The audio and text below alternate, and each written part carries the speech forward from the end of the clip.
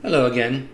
So I was recently asked to help someone with a design, carbon design for the 3018, and while I don't have a 3018 yet, and I don't use Easel either, but I was able to get the design the way she wanted it, and I thought I would share it with everyone that may not know how to do it or may have the same question.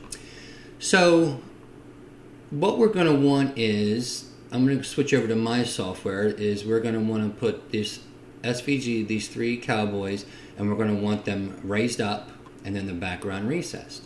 And I did this pretty easy in my software, but it's a little bit different in Easel, a little bit trickier. So I'm going to show you how to do it. So first, let's go ahead, excuse me, let's reset the size of the board. It was, I believe, 10 by 6. Half inch is good. And then let's go to File, Import SVG. We'll bring in the cowboys, and we're going to go ahead and scale it down to fit. So it's going to scale it down. I'm going to make this over a little bit bigger. If you notice now, it actually puts them, it clears out the pocket for them, but we want the opposite, and there's no way to invert it that I know of, and there's no way to just make a toolpath to clear out this background that I'm aware of. So I'm going to go ahead and resize this down to fit inside our picture here. And I'm going to go, now that it's selected, go up to Edit, Center in Material, and then I'm going to use my cursor keys to bring it down to the bottom. So now that we've done that, as you can see our 3D view here, it's going to be reset. It's kind of pretty much where I want it. We're going to create a shape. We're just going to make a square, and that square, we're going to make that square the exact same size as the board. So it is going to be 10 by 6. And position, and then go up, while it's selected, go up to, let me do this first. So before we do that, we want to take your SVG file, the horses in this situation, and go up to Edit, and we're going to bring it to the front. We want it on top of this square. So this square now, we're going to go to Edit, and we're going to go to Center in Material. So now it's the same size. We have the square in the background here. As you can see from the 3D image here, it is, we have the square going down, I'm going to say 1/4 inch. That's about half the board. And then we're going to click on your SVG picture, which happens to be the horses, and we're going to say we want a 0 cut. So it's going to actually be a 1/4 inch now above, because the square is cutting down a 1/4 inch and the cowboys are not cutting down at all. So if you notice now, we have the inverted picture. It's not quite as detailed as I would like it because we're using an 1/8 inch bit. So we'll get to that in a minute. So one thing I want to mention is you notice the side walls here. There's a little bit, because we made the exact same size, what I would recommend would be to click it on the square, go back to shape, click on the center, and make it, I would say, let's do like 10.2 and 6.2. And if you'll notice to the right here, now it goes over just enough to take off that edge. So the only issue with this is you need to clamp this down on your board. So don't forget, you need to either use double-sided tape, or you can use some of those side holder things here, but do not put the clamps on top of the board, because your bit is going to run right over those clamps.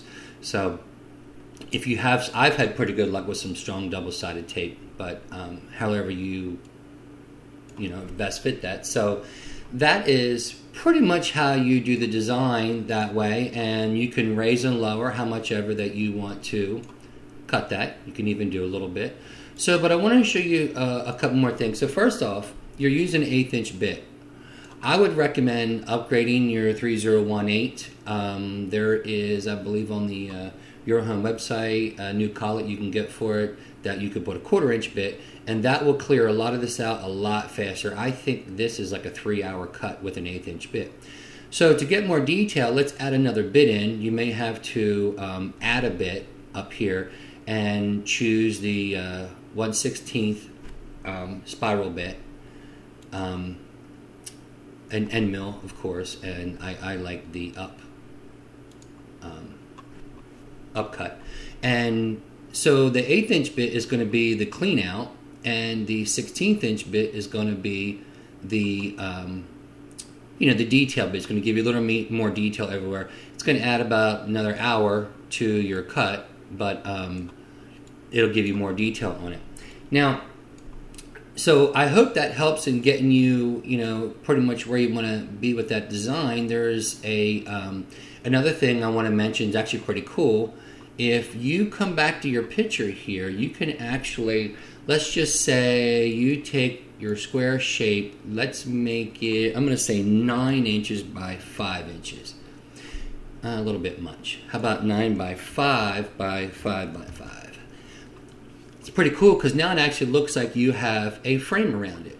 So if you come back over here and you click on your horses, you can move it up so that is on top of that frame still. You notice I'm just moving it with the cursor keys.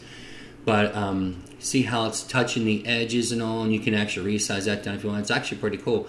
Then you can just paint it as a frame and put other little things here. So that's another little thought process. And also, if you have more room than a 10 by 6, you could actually make the outside wood bigger and just leave that. Like, let's say this was larger, and you could put your clamps on the outside piece here, and then when you're done, just run a saw and cut that out how we want to do it. I would recommend the double-sided tape, but anyway, that's how you do that. And I'm going to change this. Whoops, I'm sorry. I'm going to change this back to 10 by 6. And then that would give you, I'm sorry, wrong thing. Anyway, so there's that. I resized this by accident, but that's okay. But you understand what I'm saying with the box. So I hope that helps, and happy cutting.